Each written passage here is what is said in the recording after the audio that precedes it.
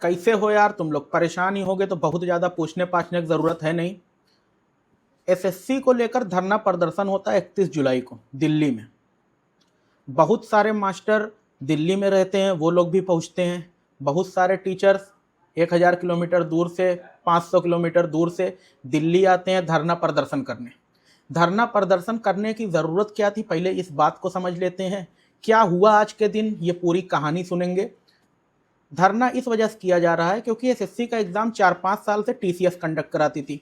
बहुत smoothly paper होता था, रिजल्ट आ जाता था आंसर की, और पूरा प्रोसेस जो था वो बहुत आराम से होता था। एसएससी का एक न्यू वेंडर आता है एडिक्विटी करके। उसका नाम है ऐसा है कि वो डी के बाद आई लग रहा है कि डी के बाद यू लग रहा है, समझिए हम नहीं आ रहा है। तो सोचो उसका काम कैसा होगा, तो उसने काम भी अपना दिखाया। एसएससी सिलेक्शन पोस्ट फेज 13 का पेपर होता है। पेपर में वो 3-3 चर्चर टू प्रेफरेंस भरवाता है। 3-3 चर्चर प्रेफरेंस भरवाने के बाद वो दे देता है अपने मन से सेंटर, वो भी 500, 800, 900, 1000 किलोमीटर दूर। लड़के परेशान होकर जाते हैं तो कुछ सेंटर पे पता चलता है टेक्निकल ग्लिच है, आज पेपर नहीं हो पाएगा। कुछ सेंटर पे पता चलता है कि माउस नहीं चल रहा है। कुछ सेंटर पे पता चल रहा है कि सर्वर नहीं चल रहा है। कुछ सेंटर पे लड़कों को मार दिया जाता है, हाथापाई की जाती है, मारपीट होती है, सब कुछ होता है। कुछ सेंटर पे पता चलता है 11 बजे पेपर हो रहा है रात में। अलग ही सिस्टम चल रहा है। इन सब चीज़ों को लेकर टीचर्स भी गुस्से में रहते हैं, स्टूडेंट भी गुस्से में रहते हैं, क्योंकि आगे आने वाले समय में स्टेनो का पेपर है, उसकी डेट आ गई है। सीजीएल का पेपर है, उसकी भी डेट आई हुई है, उसका एडमिट कार्ड आएगा। बहुत सारे पेपर उसके सीएचएसएल, एमटीएस सब होने वाले हैं। तो लड़कों के अंदर एक डर बैठ गया कि यार जब मैं इतनी मेहनत से पढ़ रहा हूँ, जब मुझको एसएससी में सरकारी नौकरी चाहिए, और जिस तरह के हालात पैदा हो गए हैं, इसे तो मुझे सरकारी नौकरी जिंदगी में नहीं मिल पाएगी, या मिल भी जाएगी तो अनसर्टेनिटी है ना कि मुझको मेहनत से ही मिलेगी या मेरी किस्मत से मिलेगी, ये नहीं पता है। मतलब मैं बहुत ज़्यादा मेहनती लड़का हूँ, 15-15, 16-16 घंटे पढ़ के गया, मेरा प्री में 160-70 आ रहा है।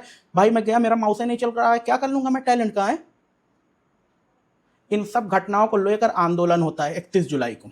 आंदोलन में ये रहता है कि डीओपीटी जाया जाएगा, डीओपीटी में मिनिस्टर साहब से मिला जाएगा, वहाँ बातचीत की जाएगी, अपनी बात रखी जाएगी।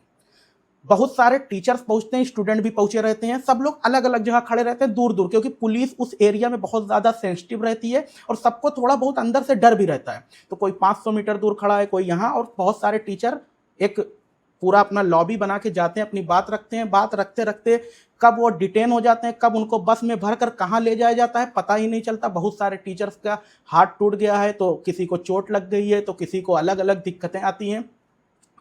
ये एक तरह की कहानी एक जगह ख़त्म होती है। वो बस में ले जाए जा रहे हैं, कहाँ ले जाए जा रहे हैं, किस हालात में ले जाए जा रहे हैं, ये सब उनके लाइव से पता चल पाता है, लेकिन उनको भी ये नहीं पता होता कि हम कहाँ जा रहे हैं।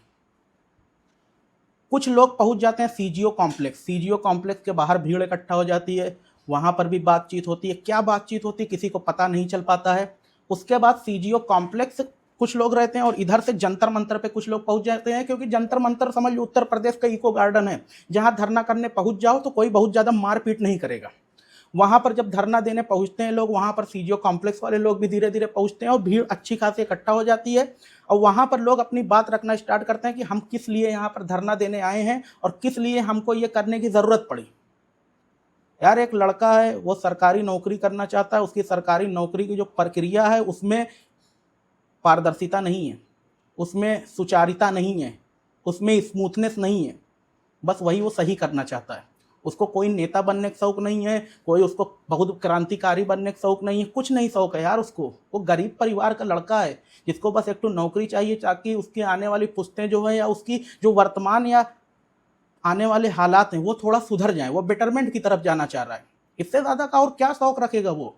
और उससे क्या करवाया जा रहा है, उससे नारा लगवाया जा रहा है, उससे धरना प्रदर्शन के लिए क्यों उसको ज़रूरत पड़ी। किसको शौक लगा है धरना प्रदर्शन करने का, किसको शौक लगा है दिल्ली आने का, किसको शौक लगा है भीड़ लगाने का।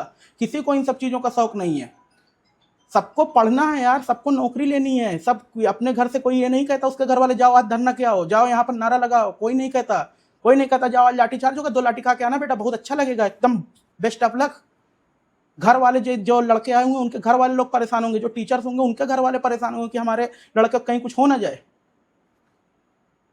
इन सब घटनाओं का एक पूरा निवारण होना चाहिए। ऐसा नहीं है कि ये घटना यहीं खत्म हो जाए। बहुत सारे मास्टरों की मतलब कुछ चीज़ें सही नहीं लगी यार।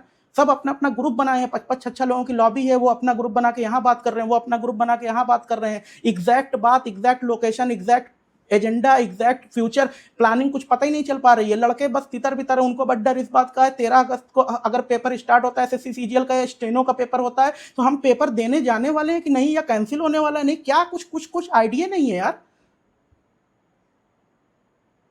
मतलब जो संबंधित विभाग है उसको भी कोई मतलब नहीं है, जो संबंधित एजेंसी है उसको भी कोई मतलब नहीं है। सब अपने अपने में मस्त है, नेताजी नारा लगवा रहे हैं, यहाँ पर कुछ और हो रहा है, यहाँ पर कुछ और हो रहा है, सब कुछ घटनाएं, इन सब के बीच पिस कौन रहा है? सिर्फ वो लड़का जिसको एक सरकारी नौकरी चाहिए।